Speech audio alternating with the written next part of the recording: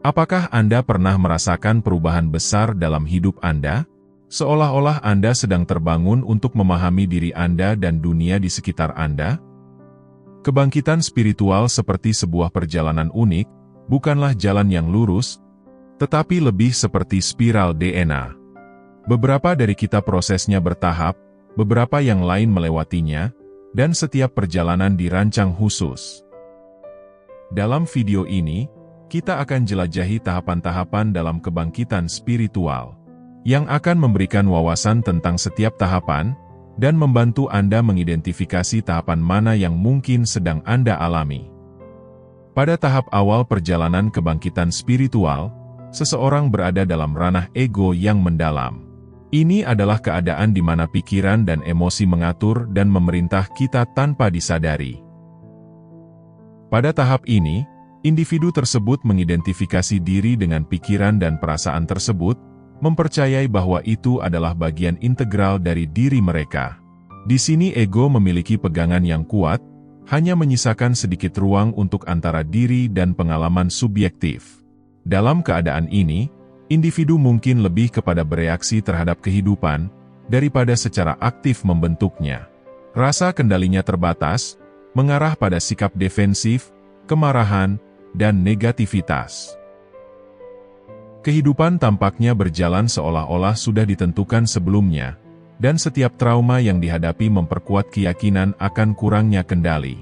Individu tersebut terikat dengan narasi pribadi mereka, memandang kehidupan sebagai sesuatu yang terjadi pada mereka, dan bukan sesuatu yang bisa mereka ciptakan secara aktif.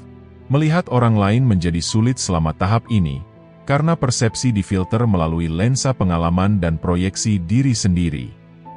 Kurangnya kejelasan menghambat pemahaman yang jujur tentang orang lain, sehingga menumbuhkan pandangan yang salah terhadap dunia. Tahap tidak sadar ini ditandai dengan keterikatan yang mendalam dengan ego, mengaburkan batas antara diri dan dunia eksternal. Perjalanan menuju kebangkitan spiritual dimulai dengan pemahaman ini, mengakui kebutuhan untuk membebaskan diri dari pola tidak sadar, dan menjelajahi lapisan-lapisan yang lebih mendalam dari keberadaan. Ini menandai awal dari evolusi menuju kesadaran diri yang lebih besar, dan hubungan dengan aspek-aspek mendalam dari pengalaman manusia. Ketika seseorang menuju perjalanan kebangkitan spiritual, mereka menghadapi tahap transformasi yang dikenal sebagai kematian ego. Tahap ini melibatkan keruntuhan mendalam dari ego, yaitu diri subjektif yang membentuk identitas dan persepsi seseorang. Ini adalah proses di mana identitas yang dibangun berdasarkan label seperti gender, usia, ras, dan kepercayaan dihancurkan. Kematian ego bukanlah kematian fisik, melainkan hancurnya keyakinan yang dipegang teguh tentang siapa diri seseorang. Individu tersebut menyadari bahwa ego, cerita yang telah mereka ceritakan kepada diri mereka sendiri, bukanlah esensi dari keberadaan mereka. Semua ide dan konsep yang dibangun seputar kehidupan, Tuhan, dan agama dihapuskan, meninggalkan rasa hampa dan tidak terikat. Apa yang muncul dari pelepasan ego ini adalah ruang internal, pemisahan antara diri subjektif dan diri pengamat. Dalam tahap tidak sadar ini, pengamat ini disamarkan, tetapi sekarang menjadi lebih jelas. Individu mulai memahami bahwa mereka tidak semata-mata pikiran, emosi, dan identitas yang terkait dengan ego. Kematian ego membawa kesadaran dari diri pengamat, bagian yang diam-diam mengamati dan mengalami hidup tanpa terjerat dalam narasi ego.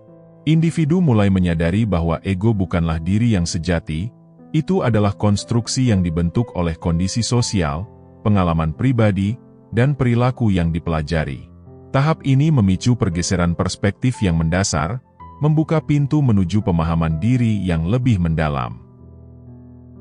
Perjalanan melalui kematian ego adalah tentang mengenali ilusi dari ego, memahami bahwa cerita yang seseorang katakan kepada diri mereka sendiri bukanlah inti dari keberadaan mereka. Ini menandakan transisi menuju kesadaran diri yang lebih mendalam, membuka jalan untuk dieksplorasi lebih jauh ke dalam lapisan-lapisan kesadaran dan hakikat realitas. Melampaui kematian ego, Perjalanan kebangkitan spiritual memasuki fase yang dikenal sebagai pencarian. Pada tahap ini, individu memulai pencarian pemahaman, mencari apa yang umumnya disebut sebagai kebenaran.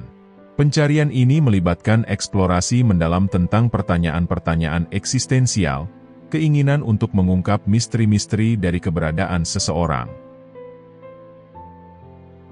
Dalam fase pencarian, individu sering beralih ke berbagai sumber untuk mendapatkan panduan. Mereka mungkin terlibat dengan literatur spiritual, mencari kebijaksanaan dari guru spiritual, dan tenggelam dalam video-video yang menjelajahi gagasan-gagasan yang mendalam. Motivasi di balik pencarian ini adalah keinginan tulus untuk memahami esensi dari siapa mereka, mengapa mereka lahir, makna kehidupan, dan hakikat Tuhan. Pencarian ini bukanlah sekadar sebuah pencarian intelektual, tetapi adalah eksplorasi sepenuh hati yang didorong oleh kerinduan yang tulus akan kejelasan dan tujuan. Individu mempelajari praktik spiritual seperti meditasi, kontemplasi, doa, atau penyaluran, didorong oleh dorongan batin untuk terhubung dengan pemahaman yang lebih tinggi. Saat mereka melewati tahap ini, individu mungkin menemukan kedamaian dalam ajaran spiritual, yang selaras dengan kesadaran mereka yang berkembang. Membaca menjadi jalan menuju pencerahan, dengan setiap wawasan membawa rasa yang ringan dan terhubung. Fase ini ditandai dengan keinginan untuk menyerap pengetahuan yang sejalan dengan pemahaman yang muncul tentang diri dan alam semesta. Saat perjalanan kebangkitan spiritual berlangsung, individu mencapai titik penting yang ditandai dengan munculnya diri yang otentik. Tahap ini ditandai dengan pergeseran mendalam dari kepura-puraan, dan pengakuan sadar akan sifat sejati seseorang.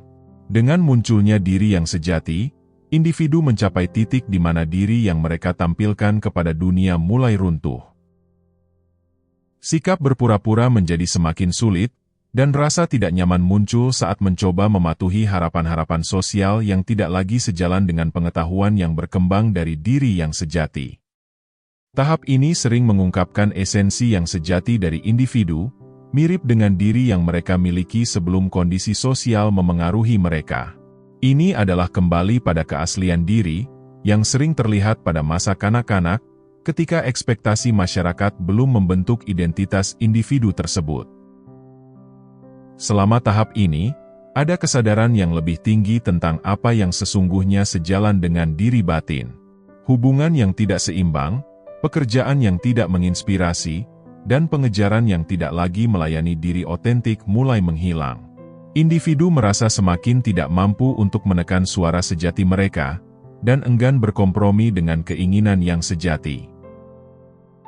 Dalam banyak kasus, tahap ini membuat perubahan hidup yang signifikan.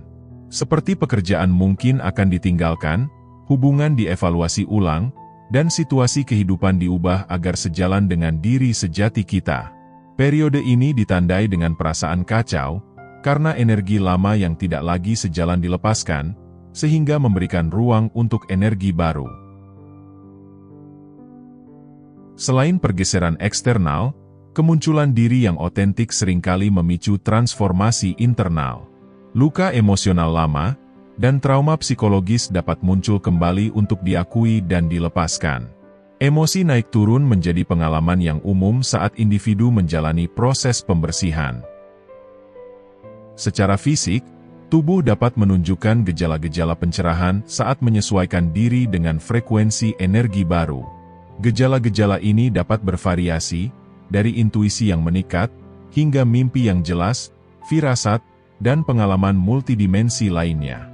Individu menjadi terhubung dengan pemahaman yang lebih mendalam tentang diri mereka sendiri, dan dunia di sekitar mereka.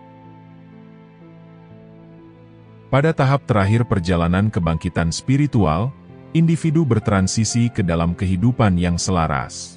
Tahap ini menandakan integrasi yang harmonis dari setiap aspek diri dengan dunia di sekitarnya.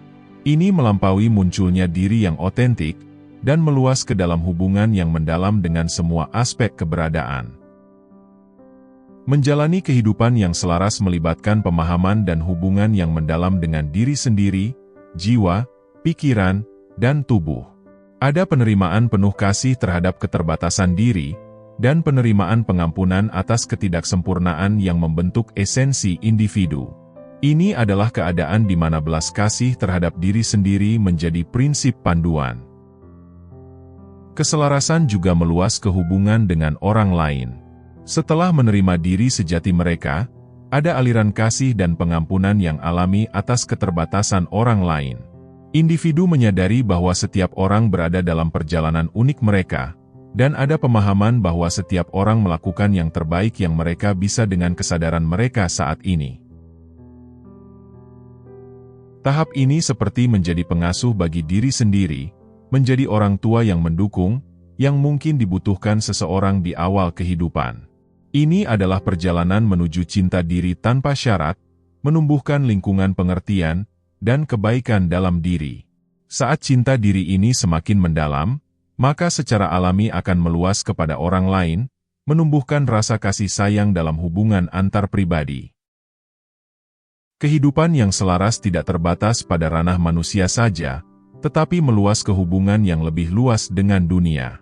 Individu menyadari keterhubungan mereka dengan alam, dengan pohon, tanaman, hewan, udara, bumi, dan bahkan objek tak bernyawa.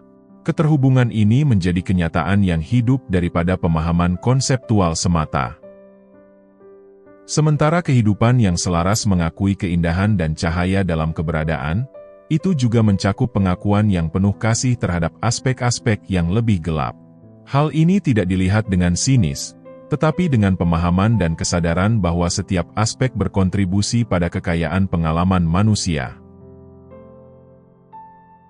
Sekian untuk video kali ini. Semoga wawasan ini bermanfaat ketika Anda mengalami kebangkitan spiritual. Terima kasih sudah menonton.